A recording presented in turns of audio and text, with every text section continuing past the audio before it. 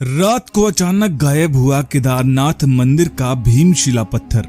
फिर जो हुआ देखकर आपके भी रोंगटे खड़े हो जाएंगे। चाहे हजारों अंधविश्वास हों, पर आप एक बात तो मानते ही होंगे कि जब भी कुछ गलत होने वाला होता है तब भगवान हमें प्रकृति के जरिए हमें सचेत करने की कोशिश करते हैं। उसके बाद यह हम पर निर्भर करता है कि हम भगवान के उस इशारे का मतलब समझ पाए हैं या नहीं।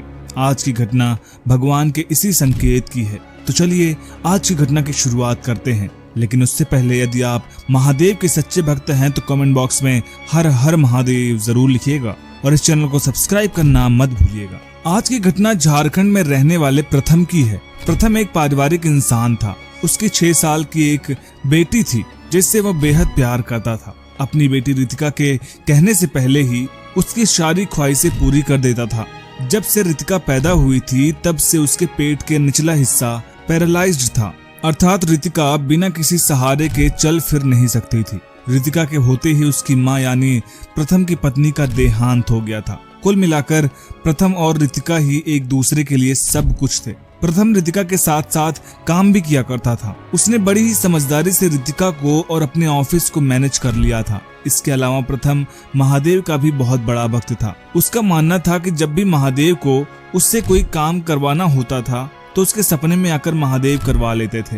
अक्सर जब प्रथम कोई काम भूल जाता था या रितिका को दवा देना या उससे जुड़ी कोई भी चीज करना भूल जाता था तो उसके सपने में नजर आता था और फिर वह हड़बड़ा कर उठता और वह काम पूर्ण करता। रितिका के इलाज के लिए प्रथम को ऋषिकेश जाना था।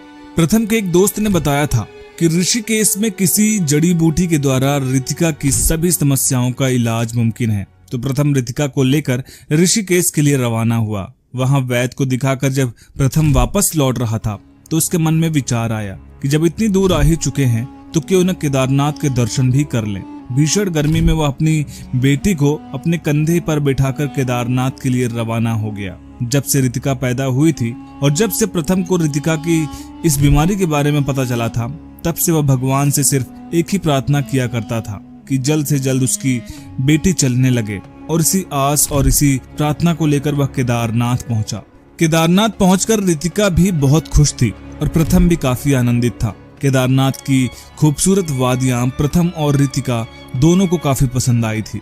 रितिका तो मजाक मजाक में यह भी कहने लगती कि हम यहीं क्यों नहीं रह जाते पापा, हमारे झारखंड में तो बहुत गर्मी है। और फिर दोनों बातें करके खूब हंसते। केदारनाथ में बाबा केदारनाथ के दर्शन कर उन दोनों का मन काफी खुश हुआ और प्रथम ने फिर एक बार बाबा केदारनाथ से हाथ जोड़कर अपनी बेटी के लिए विनती की।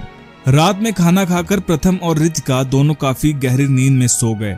सपने में फिर एक बार प्रथम ने देखा कि रितिका केदारनाथ मंदिर के पास स्थित भीमशिला के ऊपर बैठी हुई है। उसे भी भीमशिला के ऊपर बैठा देखकर प्रथम जोर जोर से चिल्लाने लगा कि नीचे उतरो, तुम गिर जाओगी। लेकिन रितिका ने प्रथम की एक बात नहीं सुनी।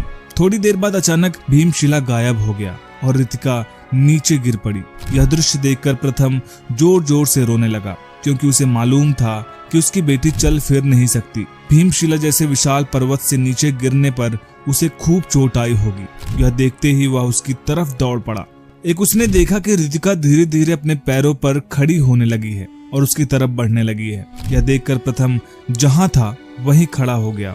एक तो भीमशिला का गायब होना उसे असमंजस में डाल चुका था और दूसरी तरफ रितिका का अपने पैरों पर खड़े होकर चलना यह किसी चमत्कार से कम नहीं था। यह सपना देखते ही प्रथम चौंक कर उठ गया।